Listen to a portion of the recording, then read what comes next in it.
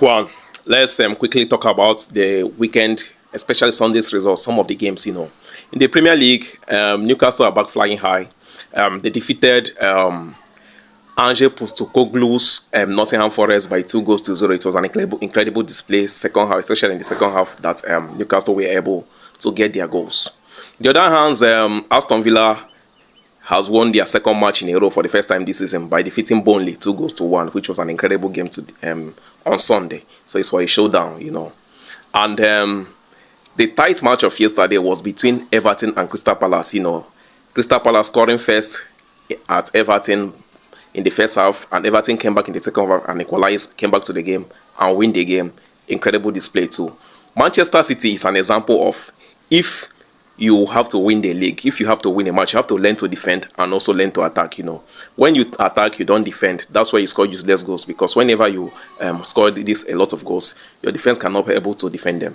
Manchester City played in a rough way yesterday. They weren't able to express themselves in the pitch against Brentford. This Brentford side is giving a lot of big teams headache. It was incredible to see Manchester City being the different makers, Manchester City defenders being the different makers, especially Donnarumma, who was incredible. Manchester City were able to beat Brentford by 1-0, which was an incredible display.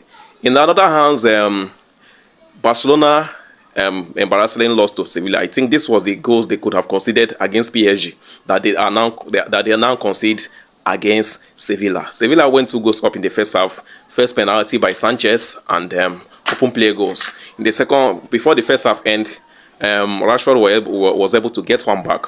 Incredible assist by Pedri. In the second half, Lewandowski had the chance to put the games in level by 2-2, but missed the sports kick, which take a wrong toe in the game. And at the end of the day, Barcelona lost the game by 4-1. Congratulations to Sevilla for beating Barcelona for the first time in 10 years. Incredible game. In Italy, AC Milan were held 0-0 draw by Juventus. AC Milan had the opportunity to beat Juventus because they played really well, but Christian Pulisic wasted the sports kick, which was the reason why Juventus were able to have a 1 point. It was a boring match for me because I don't like to see 0-0 games. It's not good to see 0-0 games. If they have to play draw, let them score goals and play a goals draw. So the match ended 0-0. All blames to Christian Pulisic for failing to convert a penalty, the sports kick. AC Milan really played very well.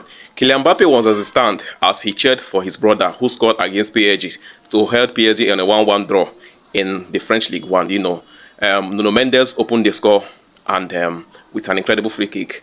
The French League is looking very tight. The table is looking very tight, so damn tight. A lot of teams are so close to PSG. PSG are sitting first with 16 points, and Monaco has 13 points, sitting fourth, I think. Second is Marseille with 15 points, and the third should be Strasbourg with also 15 points.